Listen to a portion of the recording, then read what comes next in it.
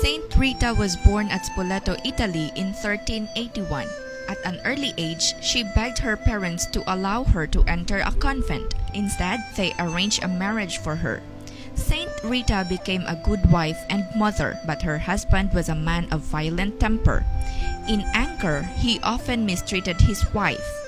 He taught their children his own evil ways. Rita tried to perform her duties faithfully and to pray and receive the sacraments frequently. After nearly 20 years of marriage, her husband was stabbed by an enemy, but before he died, he repented because Rita prayed for him. Shortly afterwards, her 2 sons died, and Rita was alone in the world. Prayer, fasting, penances of many kinds, and good works filled her days. She was admitted to the convent of the Augustinian nuns at Casia in Umbria, and began a life of perfect obedience and great charity. Sister Rita had a great devotion to the Passion of Christ. "Please let me suffer like you, divine Savior," she said one day. And suddenly, one of the thorns from the crucifix stuck her on the forehead. It left a deep wound which did not heal, and which caused her much suffering for the rest of her life. She died on May 22, 1457. She is the patroness of impossible cases. Her feast day is May 22.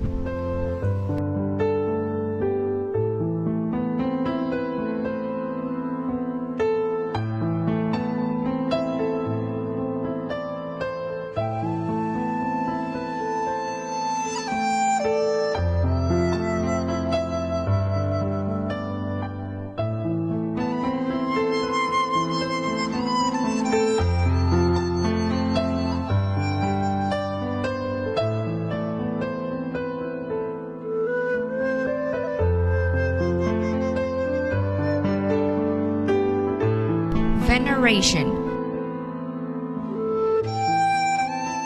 The acta or life story of Saint Rita was compiled by the Augustinian priest Father Jacob Carrileche. Rita was beatified under the pontificate of Pope Urban VIII in 1626. She was canonized on May 24, 1900 under the pontificate of Pope Leo XIII, and her feast day was instituted on May 22. She has acquired the reputation together with Saint Jude as a saint of impossible cases. Many people visit her tomb each year. Her body, which has remained incorrupt over the centuries, is venerated today in the shrine at Casia, which bears her name.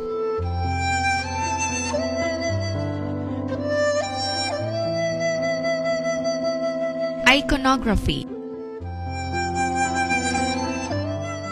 Some criticism has addressed Rita's portrayal in an inaccurate religious habit, while most common images of Rita show her in a classic Augustinian traditional habit. Historical accuracy shows that the religious sisters in the monastery of St. Mary Magdalene in 14th century Casia, Italy, wore peach or brown habits, particularly with a white veil with a brown-edged ribbon. This correction was particularly noted in the 2004 film Santa Rita de Casia. Various iconic religious symbols are attributed to Saint Rita. Chief among them are the following: bleeding forehead, holding a thorn, symbol of her penance and stigmata, holding an enlarged crucifix, holding a palm leaf with 3 crowns, representing her 2 sons and husband, flanked by 2 small children, holding a gospel book, holding a skull, symbol of mortality, colonial iconography, holding a flagella whip, symbol of her mortification of the flesh.